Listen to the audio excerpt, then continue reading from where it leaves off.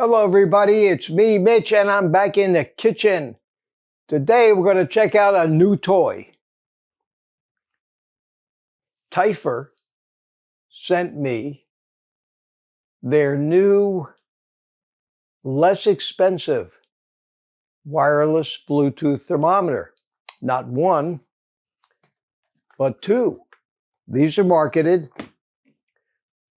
under the name ThermoMaven, it says. ThermoMaven. They sent me two of them.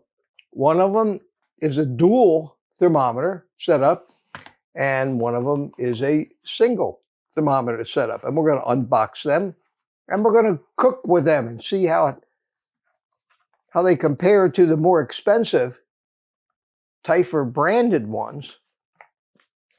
So here it goes.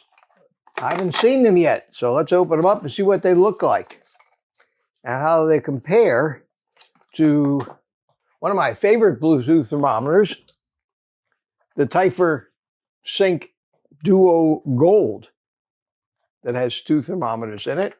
And I think at first glance, the thermometers look like they're pretty much the same. So let's see what we got here. We got a charging cord, quick start guide. Here's the quick start guide, user manual. Okay. And the device itself. Wow. Look at this. Looks nice. Tells you information about the thermometer. So let's take that out. Take off the information. And let's take a look at this and see how it compares to the other one. Very similar looking. Supposedly, both of these thermometers each have 6 temperature sensors in them. So this is the single one. And let's turn it on. Is there a power button? Power. Hold it in.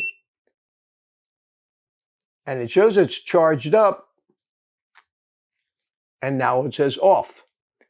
If I remove the thermometer, it tells me it's reading 80 degrees. And you can set the target temperature. And I'll have to look at the instructions and read it. Okay, so that's the single thermometer. And let's open the dual one up and see what the difference is. Like Christmas every day in Mitch's kitchen. Oh, wow. Okay, so that's the dual one, and it comes with, appropriately, a much larger user manual. And we'll go over the fine points of it, but how complicated can this actually be? And it also comes with a charging cord, certificate of calibration. Now, these are supposed to be certified, accurate for commercial use, and calibrated. And let's see what we got here. Here we have something that kind of looks, in form factor, like the Tyfer Sync Duo Gold there. And let's get all the packing material off of it. Thermometer, same thermometers. So the thermometers in this package are the same. This has also got a fold-out foot, like this one has. So this looks like pretty much a same version. It's got a lot more buttons on the front. Let's push the power button. Wow. That's something. Let's Take out a thermometer. Cool.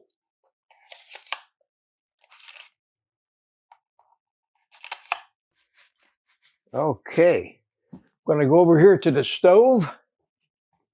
Take my carbon steel pan, preheat it on high. Get the steak, which has been dry aging in the refrigerator. And we're going to sear this in bacon grease or butter or whatever you like to use. So we'll get our bacon grease catcher out of the fridge and put a big knife full of bacon grease into the pan.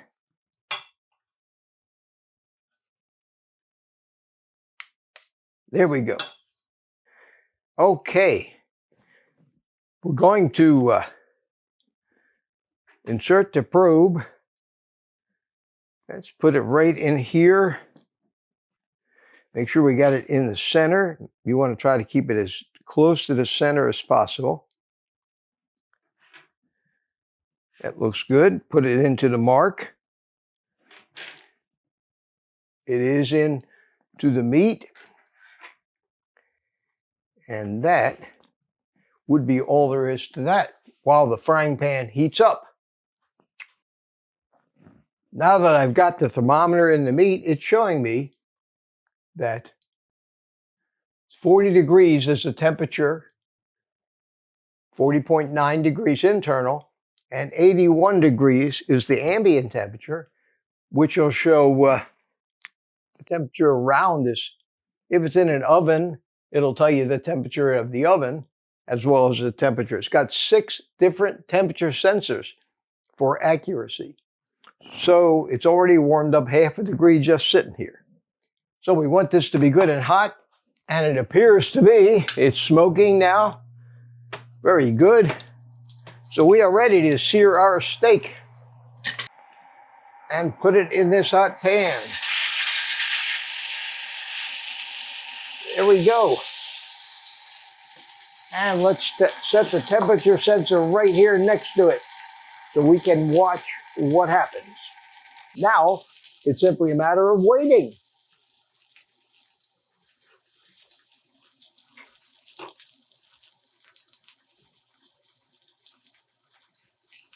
One thing you notice when you cook with these thermometers is that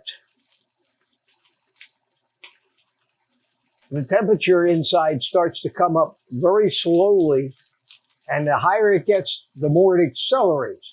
So you got to be careful and make sure you keep watching it. Make sure you keep watching it. We're going to flip this steak over when it gets about halfway there. So we started at 40. We're going to 110, 105. For all intents and purposes, let's say that that's 60 degrees, 30, oh, sorry, 70. We'll flip the steak when the temperature gets to be about 70 degrees internal. So now we just wait.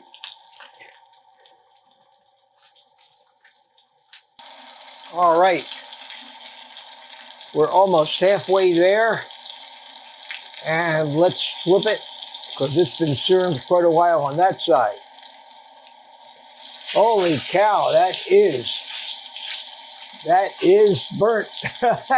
Look at that. Let's turn the temperature down a little bit. But that looks delicious. Wow. Look at that. And it's still 72 degrees inside. I think we're going to remove this from the heat at 100 degrees, not 105. So let me can't change it when it's cooking. Now it's 90 degrees. So we're going to pull it off the heat at 100. So it doesn't get too well done. We want it rare to raw in the center. It's starting to come up much faster now that it's getting closer. 95 degrees. And we'll let it rest up from there. 97. Get ready to pull it.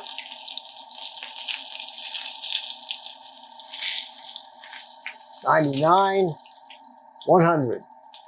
We'll put it on the cutting board. Got a good sear on both sides. Wow, it looks terrific. Let that cool, and we'll watch it rest for a while. And we're at 118 degrees, so it's going to rest up quite a bit. I'm going to pull the thermometer out of the meat. There we go. For our ribeye. And let's see what it looks like. This is always the exciting part.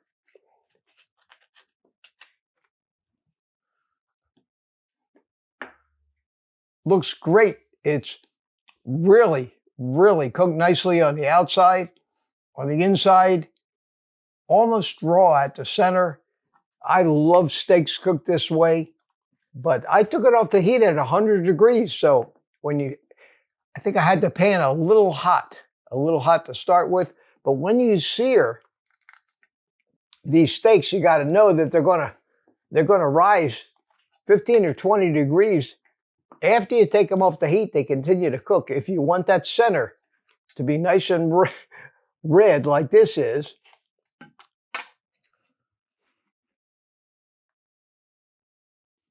beautiful. Let's taste it. My favorite part.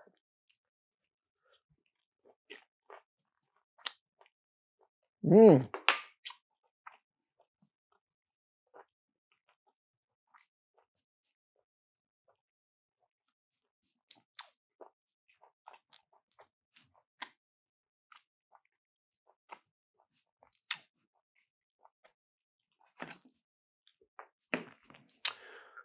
It's wonderful.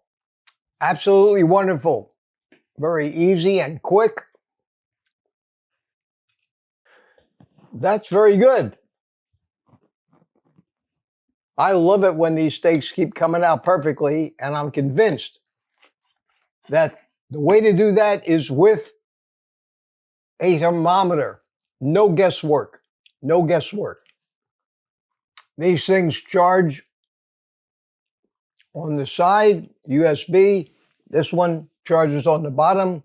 I think for all intents and purposes, if you don't need the dual probe, you could save money on this. This is, believe it or not, less than 70 bucks. That is incredible considering the quality of these thermometers. Absolutely incredible. Teifer did it again. Teifer did it again. And the name on these things, ThermoMaven. ThermoMaven. This is the P1, and this is the P2. I don't have to look up the prices on these things. You'll find a link in the description where you can get these if you want them from Amazon. I think for the money, you cannot beat it. You cannot beat it. The quality looks good. I'm impressed. These things just keep getting cheaper and cheaper and better and better. This thing is quite a gadget.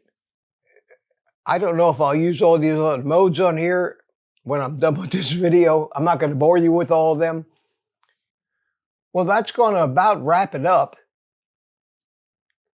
You'll find links in the description for these things below. They're very inexpensive. They seem to be as good a quality as any others that I've seen, including the more expensive Teifer. The difference that I see is that the other Teifer is internet connected and can work in conjunction with the Dome 2 air fryer. Whereas I think this is more of a standalone for barbecues, smoking meats. But as far as I'm concerned, the most valuable use case for it is just what I showed you. Cooking the perfect steak. Seared hard and crunchy on the outside and almost raw on the inside. If you want it More well done than that. There you go. With all that being said, thanks for watching, and take the rest of the day off and eat meat.